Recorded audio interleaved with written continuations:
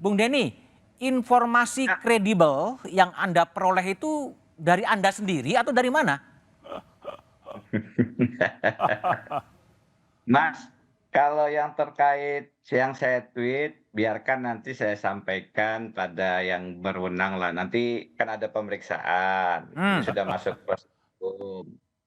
Tapi saya kasih gambaran beginilah, kenapa yang kredibel itu tidak perlu hadir dari Mahkamah Konstitusi. oke. Satu, sekitar beberapa waktu yang lalu, misalnya saya dihubungi oleh Ketua DPD, Bapak Pak Lanyala. Lanyala, oke? Ya, ini tapi bukannya terkait dengan tweet ya, supaya tidak Ya, salah paham. Jadi Pak Lanyala bilang, "Mas Denny, ini, eee, kelihatannya Mahkamah Konstitusi akan memutuskan, oh, menjadi tertutup dan karenanya pemilu ditunda dua hmm, tiga bulan karena KPU akan perlu apa, waktu untuk penyesuaian sistem." hmm. Saya bilang, "Kok bisa, Pak?" "Iya begitu." Itu salah satu contoh masa ketua DPD tidak kredibel. Kredibel dong, untuk Artinya, kemudian artinya Bung Denny, informasi yang Anda terima dari Ketua DPD?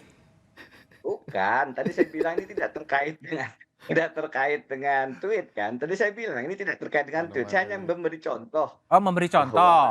Oke, iya, ini fakta, bahwa saya berhubungan telepon dengan Pak Lanyala itu fakta, tapi kalau yang terkait dengan tweet itu, saya ingin gambarkan bahwa tidak harus dari Mahkamah Konstitusi.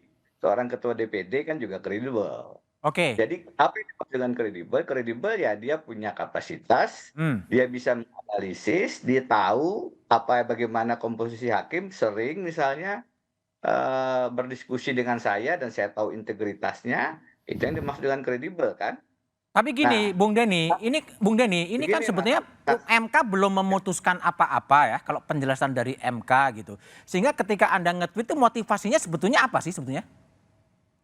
satu ya, itu ada 2 yang perlu saya jelaskan. Satu, belum memutuskan itu tidak menghalangi kami yang sering sidang-sidang di MK bisa melihat arah putusan. Oh, Tentu oke, prediksi, tentu antisipasi. oke, Oh, dari cara bertanya nih hakim cenderungnya akan menolak menerima. oke. Oh, ini belum kesimpulan. Ya, Refli menyatakan misalnya ada dalam putusan kesimpulan itu rapat RPH-nya itu dilakukan sebelum kesimpulan hmm, diberikan. oke, Jadi kalau itu sih tidak menjamin bahwa kemudian belum ada keputusan, putusan paling tidak arahnya tidak diketahui. Menjawab pertanyaan kedua, tujuannya, Mas, tujuannya adalah agar kita bisa melakukan kontrol publik, pengawasan, dalam oke. artian ini adalah isu yang penting bagi rakyat. Ini kenapa menjadi viral, Mas BDM, karena ditunggu oleh seluruh caleg dari Sabang sampai Merauke. Oke, Hampir tiap hari mereka tanya, "Mas, ini proporsional tertutup apa terbuka?" oke, Partai semua nunggu. Sehingga kemudian ini sangat penting dan sangat strategis. oke. Kita punya pengalaman tanggal 25 Mei, Pak Guna mengatakan itu perpanjangan hakim MK itu aneh bin ajaib putusannya.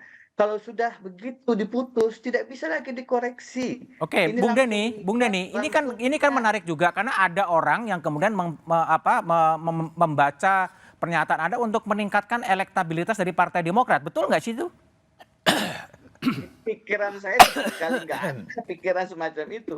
Saya adalah orang yang berpandangan bahwa ini tidak boleh MK masuk ke dalam, putusan yang merubah sistem karena itu Hmm, adalah kewenangan daripada parlemen, open legal policy, satu. hmm. Dua, kalau dipaksakan akan mengganggu sistem. Bayangkan tadi saya ditelepon oleh teman-teman dari Kalimantan Selatan yang ribut, "Ini aduh gimana nih kalau tertutup, saya caleg saya nomor sekian, Oke, rebut-rebutan kursi ini bisa bikin kelahi loh ini. oke, Ini bisa bikin ada yang bayar-bayar untuk dapat nomor satu." oke, Jadi ini sangat strategis untuk kemudian diingatkan. Saya justru berharap, SBDM, saya justru berharap ujungnya nanti putusan MK mengatakan proporsional terbuka. Saya oh, jadi ini sebetulnya justru saya political statement mendorong dari Denny agar Indrayana ya?